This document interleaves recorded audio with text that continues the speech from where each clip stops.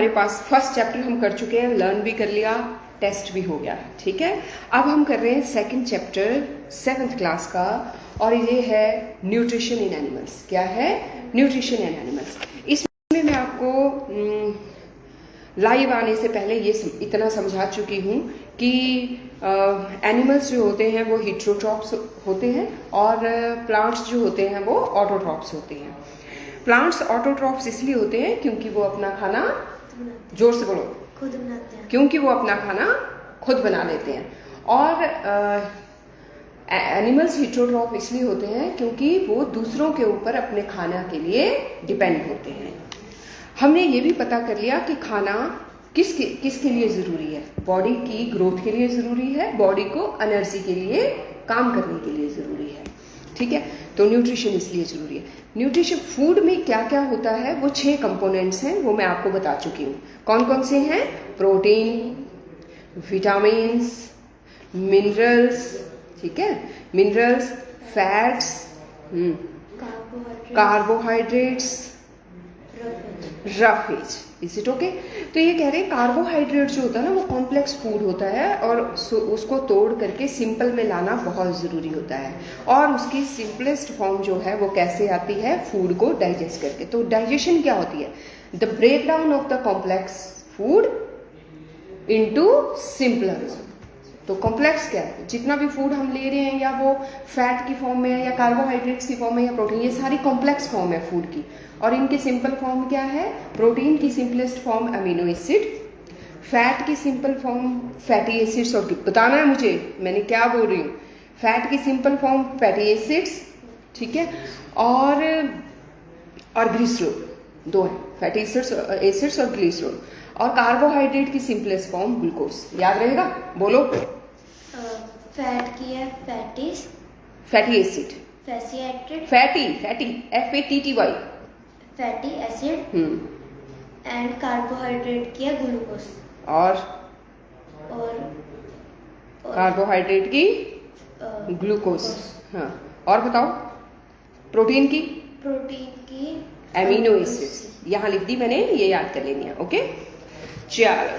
अब है हमारे पास different ways of taking food. अलग अलग तरीके से हम जो हैं वो फूड लेते हैं, है ना। जैसे the mode of food into the body varies different organism. Bees and humming bird such as suck the nectar of the plant. ये एग्जाम्पल दे रहे हैं कि अलग अलग एनिमल्स, प्लांट्स और इंसेक्ट्स जो हैं अलग अलग तरीके से इनटेक करते हैं फूड का, अंदर लेते हैं फूड को।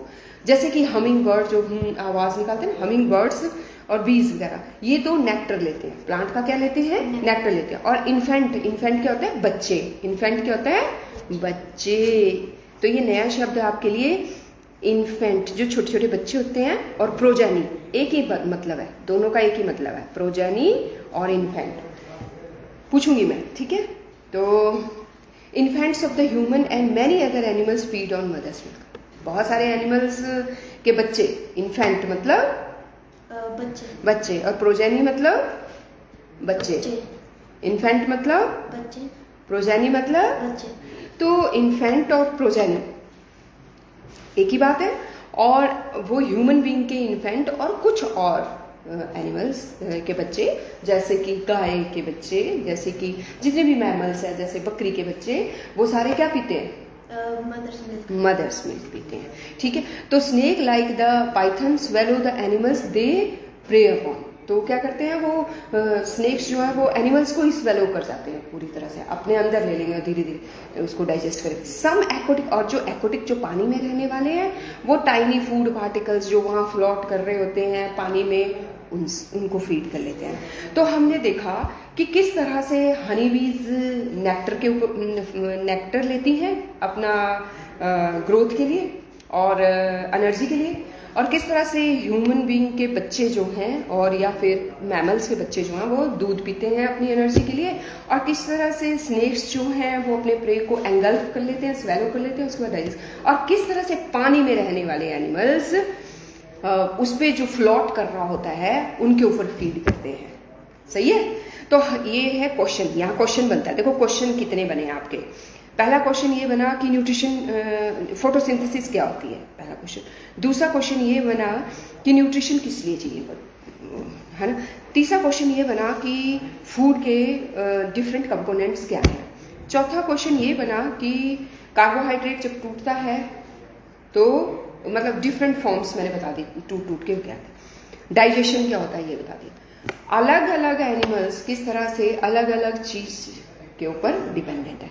इन्होंने एक एक्टिविटी दी है आपको, what is the type of the food and mode of feeding animals, write down your answer. Snail क्या खाता है लिखना है आपने यहाँ पे, कैसे खाता है, आंट कैसे खाती है, ईगल कैसे खाती है। जो नहीं आएगा वो मेरे से पूछना है, ये एक चार्ट तैयार करना है। इसके बाद है हमारे पास अमेजिंग फैक्ट्स। बहुत ये अमेजिंग फैक्ट्स अच्छा लगता है ना, ये इंटरेस्टिंग फैक्ट्स है जो हमें पता नहीं होंगे। देखते हैं। Starfish feeds on animals. Starfish क्या खाती है, animals covered by hard shell of calcium. Starfish ऐसे खाती है जिनके ऊपर हार्ड शेल हो, जैसे स्नेल के ऊपर साइड से हार्ड शेल होता है तो वो स्नेल खाती होगी। जिस भी चीज के ऊपर वो हार्ड शेल होगा जो कि कैल्शियम कार्बोनेट का बना होता है, पता होना चाहिए वो हार्ड शेल किस चीज का बना होता है, कैल्शियम कार्बोनेट, जिसका फार्मूला क्या होता है Ca कैल्शियम और CO3 कार्बोनेट। कैल्शियम कार्बोनेट शब्दों में ऐसे, ठीक है, और सिंबल में ऐसे। कैल्शियम के लिए Ca और कार्बोनेट के लिए CO3। तो स्नेल्स स्टारफिश ऐसे एनिमल्स हैं, यानी ऐसा एनिमल है जो कि क्या खाता है, ऐसे एनिमल्स को खाता है जिनका हार्ड शेल होता है। आफ्टर ओपनिंग द शेल, जैसे वो शेल को हटाएगा, the starfish pops out its stomach through its mouth to eat the soft inside. पहले वो उसका शेल तोड़ेगा, फिर वो उसके अंदर के पार्ट को अपने अंदर ले लेगा। The stomach then goes back into the, stomach निकालेगा और धीरे धीरे फिर से वो अंदर ले जाएगा। और स्टारफिश देखने में ऐसी होगी, ये ड्रॉ करनी है आपने, ठीक है। अब डाइजेशन इन ह्यूमन बीइंग करेंगे और आज का लेक्चर हम बंद करेंगे। और ये डायग्राम आपने ड्रॉ करने हैं दोनों, और ये जितने क्वेश्चन मैंने बनाए ये बना के मुझे लर्न करके देने हैं और छुट्टी हो जाएगी। We take in food through the mouth. हम खाना कहाँ से लेते हैं, माउथ से, और उसको यूटिलाइज करते हैं, ठीक है। और जो अनयूटिलाइज होता है, जो यूज नहीं हुआ, जिसका कोई यूज नहीं था, वो जो वेस्ट तैयार हुई, उसको एनस के थ्रू बाहर निकाल देते हैं। पता लग गया, एनस माउथ के थ्रू लेते हैं और एनस के थ्रू बाहर निकाल देते हैं, ठीक है। तो उसे क्या कहते हैं, अनयूज्ड फूड, ठीक है, unused part of the food. ये शब्द नए शब्द सीखने हैं, डिफेकेटेड, डिफेकेटेड, DEFECATED, ये बाहर निकाल। हिंदी में यहां लिख दे रही हूं मैं कि बाहर निकाल देना। इसका मतलब क्या है, बाहर निकाल देना, निकाल देना। Is it okay. तो अनएब्जॉर्ब्ड फूड जो है, unutilized food, defected. Have you ever wonder what happens to the food inside the body. बोलते हैं और जो अंदर फूड रह गया, जो अंदर डाइजेस्ट हुआ फूड, वो कहाँ गया। The food passes through the continuous canal. बोलते फूड जो माउथ से लिया वो एक रास्ते से होके जाएगा, वो एक प्रॉपर रास्ते से होते जाएगा। कहाँ से होते हुए जाएगा वो एक पूरा कैनाल है। उसे हम क्या कहते हैं, माउथ से लेके एनस तक के पार्ट को हम क्या कहते हैं, एलिमेंट्री कैनाल। इस पूरे को हम क्या कहते हैं, alimentary canal. Is it okay. और इस एलिमेंट्री कैनाल के अंदर डिफरेंट पार्ट्स हैं, माउथ, ऑइसोफिगस जिसे कि फूड पाइप कहते हैं, स्टोमक है ना, ये देखो स्टोमक, साइड में लीवर, ये बीच का पैंक्रियास, ये स्मॉल इंटेस्टाइन, ये लार्ज इंटेस्टाइन एंड एनस। ये सारा यहां से लेके यहां तक ये क्या है, कैनाल। क्या है ये, कैनाल, जिसको कि इन्होंने पूरा नाम नहीं लिखा, कैनाल लिख दिया, लेकिन इसका पूरा नाम क्या होता है, एलिमेंट्री कैनाल, एलिमेंट्री कैनाल। तो हमने क्या सीखा अभी तक, डाइजेशन इन ह्यूमंस में हमने क्या पढ़ा कि जो माउथ से फूड आता है, जो यूटिलाइज होता है वो यूज हो जाता है, और जो वेस्ट तैयार होता है दैट वाज डिफेकेटेड, ठीक है, और वो एनस के थ्रू बाहर निकल जाएगा। जो पूरी बॉडी में माउथ से लेके एनस तक का रास्ता है उसे हम कैनाल कहते हैं। Which begins at buccal cavity. Buccal cavity मतलब माउथ से शुरू होगा, जो कि माउथ से शुरू होगा और एनस पे खत्म होगा। रास्ता पता लग गया। The canal can be divided into various part. और अब ये कैनाल पूरा का पूरा कितने हिस्सों में, अलग अलग हिस्सों में डिवाइडेड है। शुरू की बक्कल कैविटी कहते हैं, यहाँ से लेके यहाँ तक इसको बक्कल कैविटी कहेंगे। फिर यहाँ से लेके यहाँ तक फूड पाइप है, ठीक है, फूड पाइप जिसे कि ऑइसोफिगस है जिसका नाम, और आगे है स्टोमक, ये है स्टोमक पेट, और इसके बाद है ये स्मॉल इंटेस्टाइन, स्मॉल इंटेस्टाइन ये वाला जो अंदर है, इसका नाम स्मॉल इंटेस्टाइन है पर ये एलिमेंट्री कैनाल का सबसे बड़ा पार्ट है। नाम स्मॉल इंटेस्टाइन है और एलिमेंट्री कैनाल का सबसे बड़ा पार्ट है। पूछ सकते हो अपने दोस्तों को जाके पूछना, बताओ डाइजेस्टिव सिस्टम का सबसे बड़ा पार्ट या एलिमेंट्री कैनाल का सबसे बड़ा पार्ट बताओ, ठीक है। फिर वो कोई नहीं दे पाएगा, फिर आप बताना कि नाम देखो उसका स्मॉल इंटेस्टाइन है और वो हमारी बॉडी का सबसे बड़ा पार्ट, बॉडी का नहीं एलिमेंट्री कैनाल का सबसे बड़ा पार्ट है, बट वो कॉम्पैक्ट ऐसे ऐसे करके गुच्छे में बंद किया गया है। Is it okay? कन्वलेटेड है इसे कहते हैं।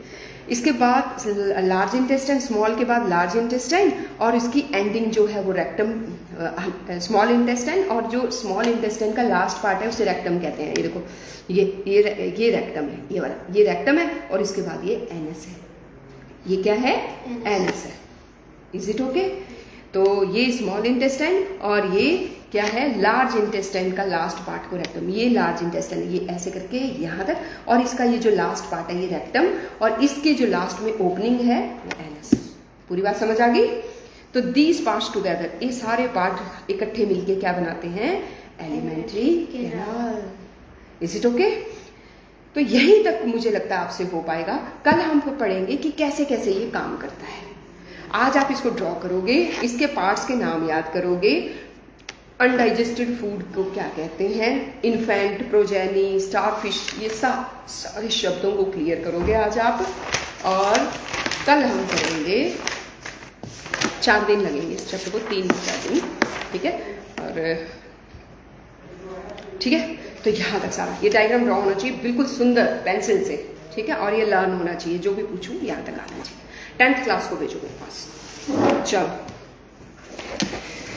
कनेक्शन स्लो है, भेजो 10th क्लास को। 10th क्लास आ जाओ, चलो चलो आ जाओ आ जाओ।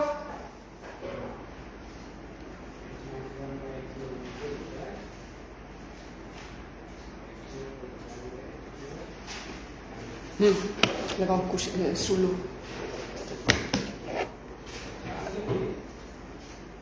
जसकिरत, प्रीतम, अभी समझ रहे हैं अभी तक? अच्छा, आपको मैंने फर्स्ट चैप्टर अभी तक नहीं करवाया जसकिरत, बिल्कुल भी स्टार्ट नहीं करवाया। तो मैंने एनसीईआरटी, हाँ एनसीईआरटी, तो आपको मैंने फर्स्ट चैप्टर बिल्कुल नहीं स्टार्ट कराया है। गुरुशान का आधे से ज़्यादा हुआ है, सिर्फ उसको ऑक्सीडेशन रिडक्शन वाला पार्ट करना, तो मैं करवा देती हूँ आज ना, आपकी रिवीजन हो जाएगी, क्योंकि पेपर है, रिवाइज हो जाएगा साथ साथ। एनसीईआरटी का हर पेज, हर क्वेश्चन अभी आपको पता लग जाएगा। 2-3 पेजों का, 6-7-8 पेजों का चैप्टर है, 4 अभी पढ़ा देती हूँ। बस ये आपका स्कूल ना थोड़ा सिलेबस डालता है। फिजिक्स बिल्कुल नहीं आ रही है, श्योर हो गया? हो गया। फिर मैं आपको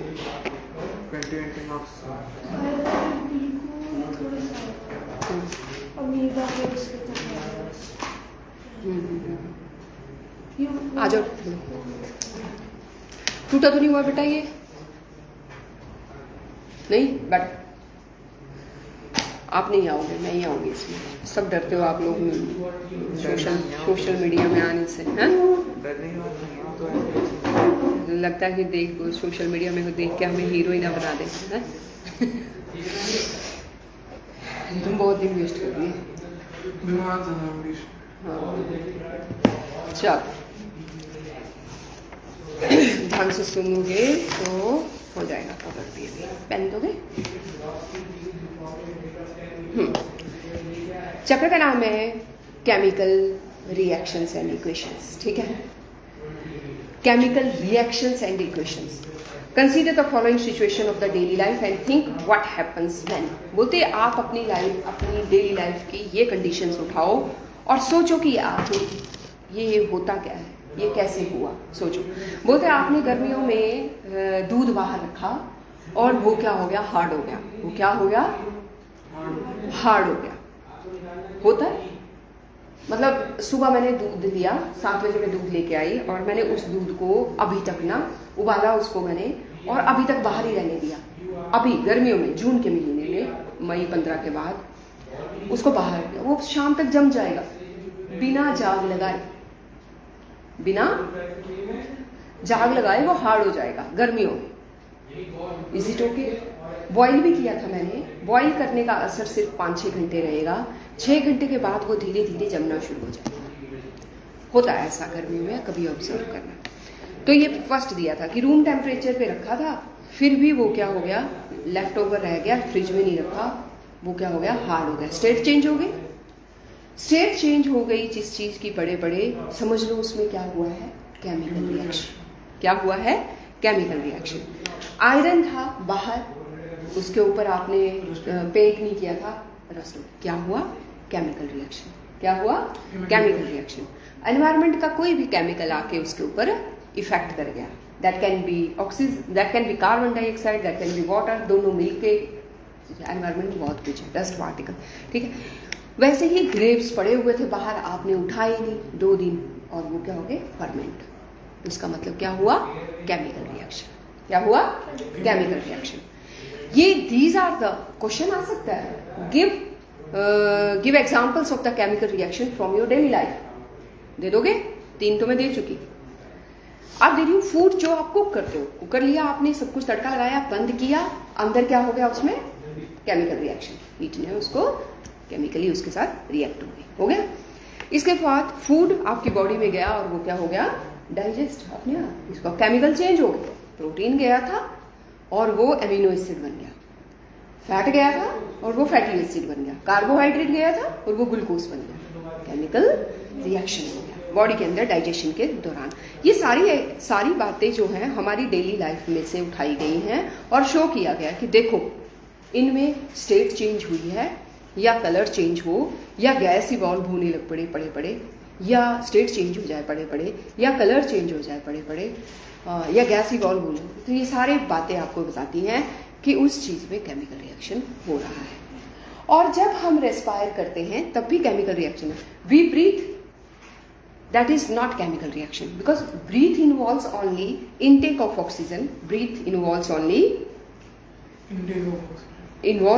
only intake of oxygen, intake of oxygen and giving out CO2. Is it okay? Whereas respiration includes taking in oxygen, ठीक है, and breaking down glucose, taking in CO2 and breaking down glucose, ठीक है। Glucose को तोड़ना है, C6, हाँ sorry oxygen की बात, C6H12O6 आया, और आप जब आपने सांस ली O2 के साथ, इसने CO2 और H2O में इसको कन्वर्ट कर दिया, और ठीक है, CO2 H2O एंड एनर्जी, ये 3 चीजें हैं, ठीक है। तो हमने क्या देखा कि रेस्पिरेशन में केमिकल रिएक्शन हो रहा है, ये this reaction is involve in the respiration, where is oxygen को इस बात से कोई मतलब नहीं है, वो सिर्फ इतना। तो this is the distinguish between breathing and respiration. Is it okay? तो अब बोल रहे हैं in all the above situation nature change हो रहा है, या आइडेंटिटी चेंज हो रही है, या फिजिकल स्टेट चेंज हो जा रही है, या कलर चेंज हो जा रहा है, इसका मतलब केमिकल रिएक्शन है। खत्म। बोलते you may perhaps be wondering as to what is actually meant by chemical reaction. अब बोलते आप जानने की कोशिश कर रहे हो कि आखिरकार आपने उदाहरण तो दे दिए, लेकिन एक्चुअल में केमिकल रिएक्शन का मतलब क्या है। बोलते अगर आपको फिर से समझ नहीं आया तो ये एक और एग्जाम्पल देने की कोशिश कर रहे हैं। बोलते आप एक एक्टिविटी करो, ठीक है, उसमें क्या लेना है आपने, मैग्नीशियम रिबन। क्या लेना है आपने, मैग्नीशियम रिबन। ये एनसीईआरटी का पहला क्वेश्चन है, ध्यान से समझना, आंसर यही लर्न हो जाएगा अभी 2 मिनट में। मैग्नीशियम रिबन लो, बोलते लेकिन आपने ये लिया, ये हवा में पड़ा हुआ था, ठीक है, ये लेबोरेटरी में पड़ा हुआ था ओपन, और आपने ये उठाया, you want to burn it, ठीक है, बट ये उतना फास्ट बर्न नहीं कर पाएगा, इसलिए आपको क्या करना पड़ेगा, क्योंकि ये हवा में पड़े पड़े ऑक्सीजन से रिएक्ट कर गया है, हवा में पड़े पड़े ये ऑक्सीजन से रिएक्ट कर गया है और ये मैग्नीशियम ना रहकर मैग्नीशियम ऑक्साइड बन चुका है। आप जब इसको जलाने की कोशिश कर रहे हैं तो ये इसे पूरी तरह से जलने नहीं दे रहा है। This oxygen is hindering it from burning, so it is necessary to remove this layer from magnesium by rubbing sandpaper, by rubbing sandpaper. Question पहला एनसीईआरटी का ये है कि मैग्नीशियम रिबन को हम क्यों रब करते हैं सैंड पेपर से जलाने से पहले। आंसर क्या है rhythm? Because the magnesium reacts with the oxygen in the environment, and the oxygen do not let it get burned. Hinders the burning of the magnesium. So it is necessary to rub it with the sandpaper to remove oxygen. Very good. First answer याद हो गया आपको, ठीक है, और ये आ भी जाता है मैक्सिमम, ठीक है। तो ये है, चलें आगे, हो गया।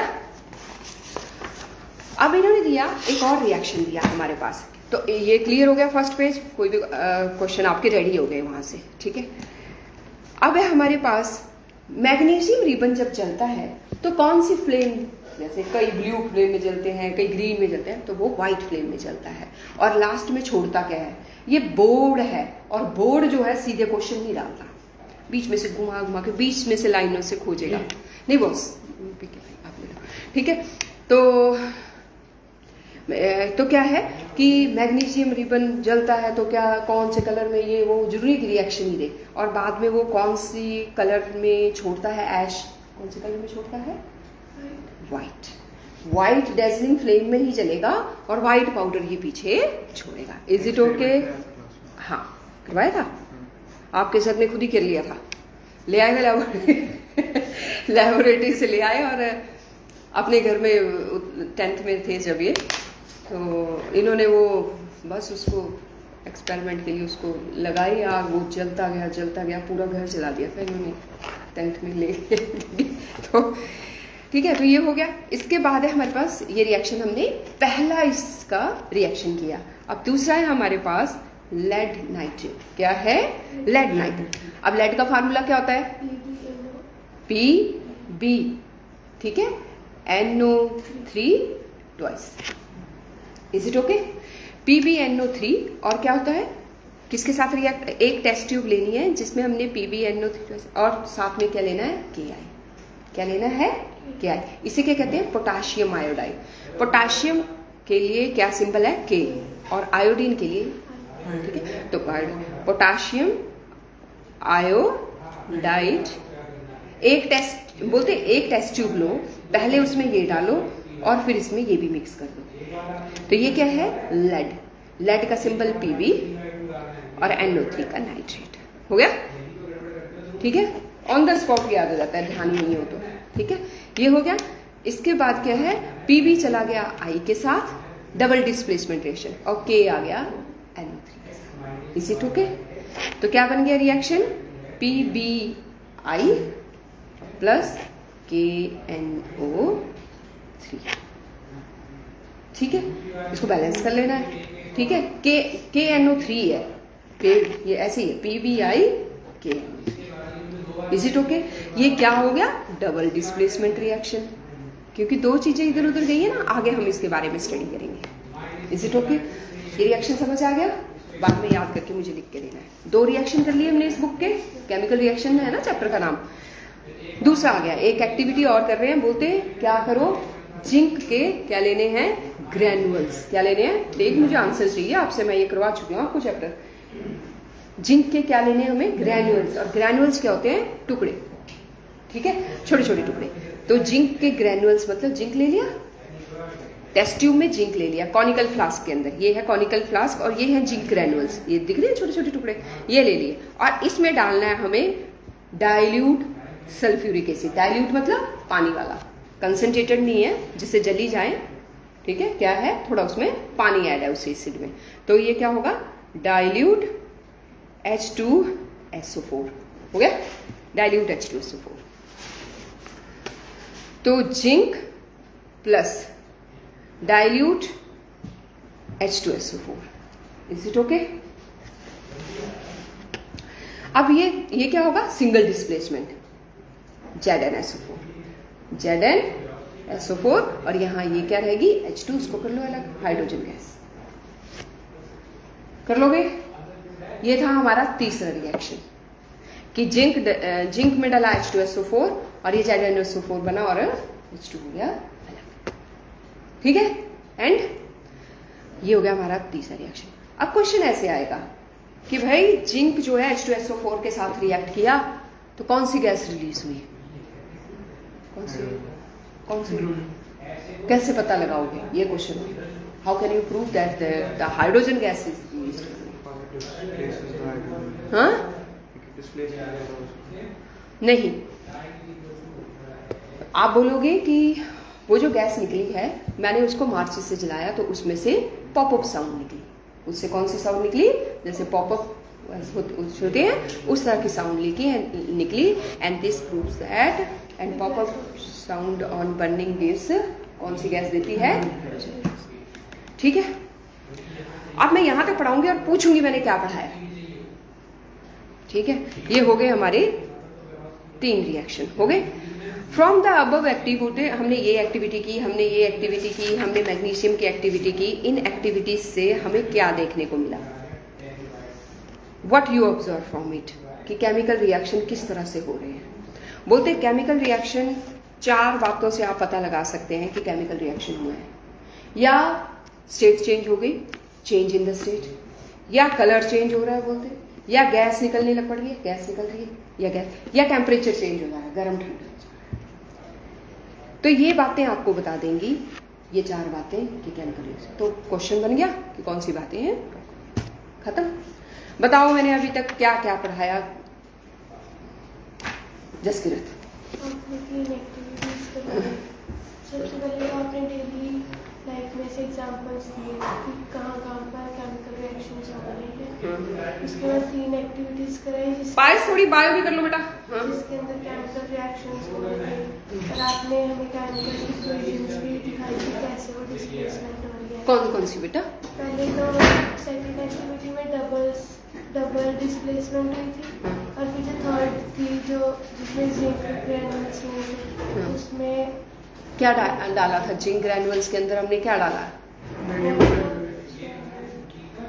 Dilute sulphuric acid. क्या फार्मूला होता है सल्फ्यूरिक एसिड का? तेल H2SO4, डाइल्यूट H2SO4। और कौन सी गैस रिलीज हुई थी और क्या बना था? H2। तो दूसरी तरफ क्या बन गया? ZnSO4। एक और इक्वेशन हमने की थी उन्हीं बीच की, लेड की, PbNO3, हाँ, प्लस टिक लगाने, क्वेश्चन टिक लगाने, ओके। हाँ, पोटाशियम आयोडाइड बना क्या था? बना लिया बेटा,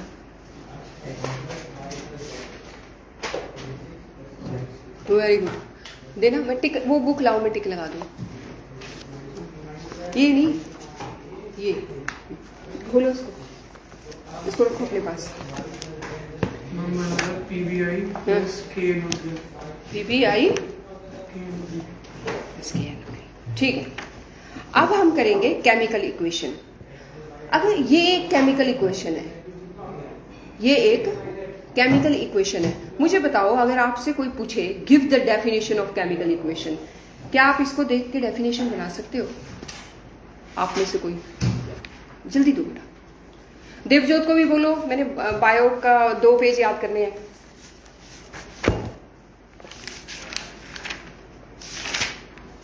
कोई डेफिनेशन बना सकता है?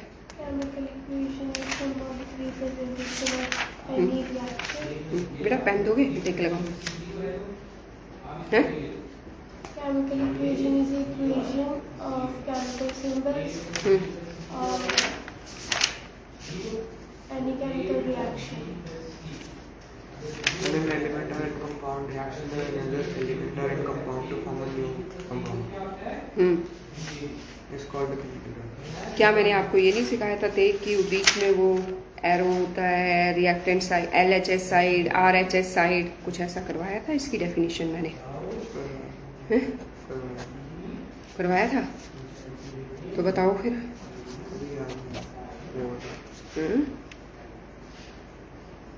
फायदा क्या हुआ इतने दिन आपको मेरे को करवाने का फिर याद है? कुछ तो फायदा होना चाहिए ना।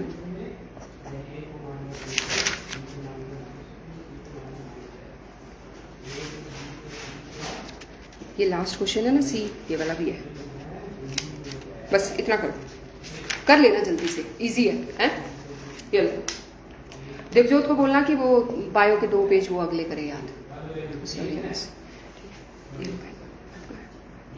हाँ, मुझे किसने पेन दिया था पहले? जिसके लिए पेन था कि मैंने, अच्छा ये, हाँ बोलो। ऐसे बोलते हैं केमिकल इक्वेशन। आपको क्वेश्चन आएगा what is chemical equation, is it okay? Chemical equation in ऐसे करोगे, in a chemical equation reactants are present on the left hand side, होते हैं left hand side, reactants are present on the LHS side by putting plus in between them,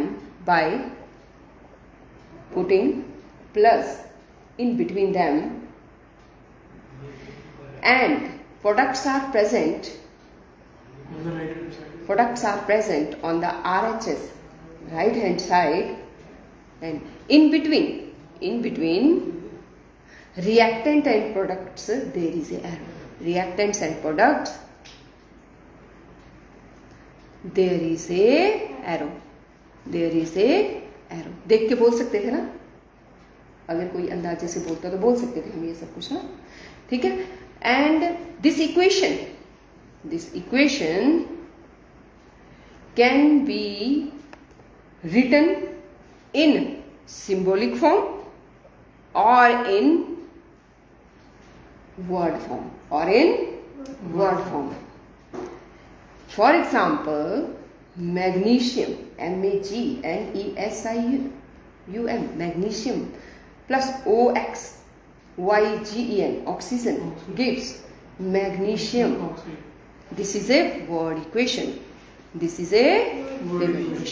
और magnesium plus oxygen gives MgO. ये balance नहीं है क्योंकि यहाँ 2 है, तो हम यहाँ 2 लगाएंगे, ये 2 हो गई, और क्योंकि यहाँ 1 रह गया तो हम यहाँ 2।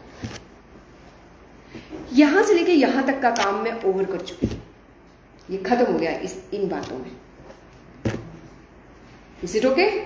केमिकल इक्वेशन की definition. Now I am on the balancing of the equation. Balancing कैसे करनी है? बैलेंसिंग के लिए मुझे अगले पेज पे जाना पड़ेगा। Balance, I have to balance the equation. To balance the equation, I have to take a skeletal equation. तो skeletal equation मैंने उठा ली, ये वाली, this one. ये क्या है?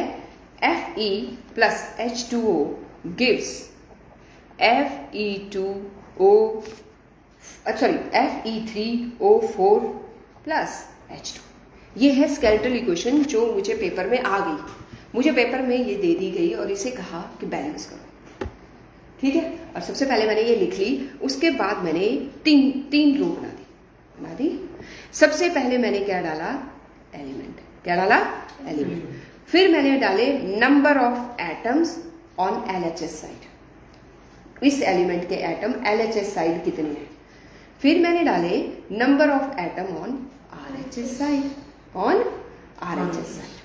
बस ये हर बार बनाना है। जब भी ये इक्वेशन आएगी सबसे पहले आपने ये जरूर बना लेना है। ये तो क्लियर होगा, यहीं से देखोगे आप फटाफट। Fe कितने हैं? Fe है, हाइड्रोजन और ऑक्सीजन है, लिख लो। Fe हाइड्रोजन और ऑक्सीजन, ठीक है। अब Fe है, ठीक है। Fe LHS साइड कितना है? 1 है, लिख लो 1। और इधर कितना है? 3 है। हाइड्रोजन इधर कितने हैं? 2। और इधर कितने हैं? 2। ऑक्सीजन इधर कितने हैं? 1। और इधर कितने हैं 4। लिख लिया आपने, पहला स्टेप आ गया। अब आप क्या करोगे, फर्स्ट है, अब ये सेकंड में आप क्या करोगे, जिसमें सबसे ज्यादा डिफरेंस है उसको सबसे पहले बैलेंस करोगे। इसमें सिर्फ 2 का डिफरेंस है जबकि इसमें 3 का है, तो हम सबसे पहले इसको बैलेंस करेंगे। इधर 4 है तो इधर कितना लगेगा तो बैलेंस हो जाएगा, इधर कितना लगेगा तो ऑक्सीजन बैलेंस हो जाएगी 4। मुझे ऑक्सीजन चाहिए 2 नहीं, कोई बिगड़ता है तो उसे बिगड़ने दो, मुझे जो पहले बैलेंस करना है, जो डिफरेंस है उसको पूरा करना पहले मैंने। उससे हाइड्रोजन बिगड़ रहा है उसको बाद में देखेंगे, जो उसके साथ है अगर वो बिगड़ रहा है तो उसको एंड में देखेंगे, ठीक है। तो ये ऑक्सीजन ये 4 है, तो यहां मैं कितनी लगाऊं आगे कि ये इसके बराबर हो जाए 4। तो मैंने उठाया और इसको बैलेंस कर लिया, मैंने इसके आगे 4H2 लगा दिया। और हाँ? तो जो इसका आगे 2 लगा उसको उठा के यहाँ पे रखने उसके नीचे 2 लगा तो नहीं, ऐसे नहीं करते। ये वाटर है ना, वाटर ही रहने देना है, ये कंपाउंड ही नहीं चेंज कर देना। अगर वहां 2 लगा दो, अगर वहां वो 2 लगा दो कंपाउंड बदल जाएगा, उसे हाइड्रोजन पेरोक्साइड बोलते हैं। कंपाउंड नहीं चेंज करना है, उससे उसकी प्रॉपर्टी चेंज, वो पानी नहीं रहा, वो पानी ना रह करके वो हाइड्रोजन पेरोक्साइड बन गया, ठीक है। इसलिए ऐसे आगे लगाया मैंने इसके, और ये हो गया Fe3O4 प्लस H2। मेरी ऑक्सीजन बैलेंस हो चुकी है। जो सबसे ज्यादा डिफरेंस था उसको मैं बैलेंस कर चुकी हूँ। फिर मैंने चेक करना है अब दोनों में से किस में है, ये तो बराबर ही है तो इसको नहीं, अभी मैंने छेदना। मैं गई यहाँ पे, मैंने देखा आयरन को, आयरन का 1 और 3 का डिफरेंस है, तो ये आ गया तीसरे नंबर पे।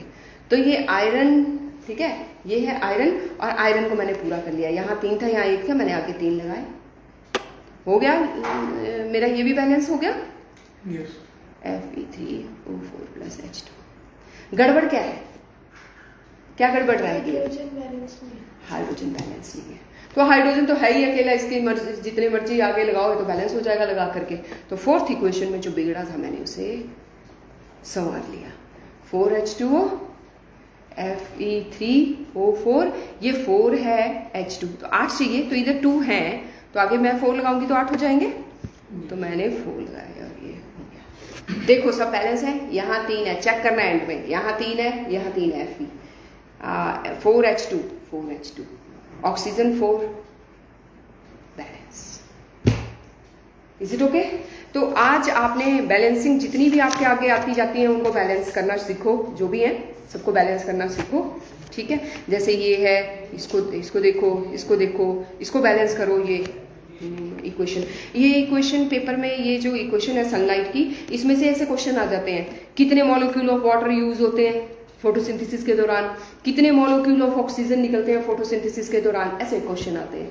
वाटर कितना निकलता है, वाटर लिया कितना था, निकला कितना, 12 लिए 6 निकले हैं, बाकी H यहाँ एडजस्ट हुए हैं यहाँ ग्लूकोज में, समझ रहे हो? तो ये अच्छे से ऐसे क्वेश्चन आते हैं। तो यहाँ तक का मुझे सारे ये बैलेंस करके ये और ये है जो आज मैंने टॉपिक पढ़ाया उसके ये 3 क्वेश्चन है, ये याद करने हैं, कल हम फिर इससे आगे करेंगे। Is it okay? Go to your seat, ये क्वेश्चन लर्न करो और ये पीछे का डालो। चलो टेक योर सीट।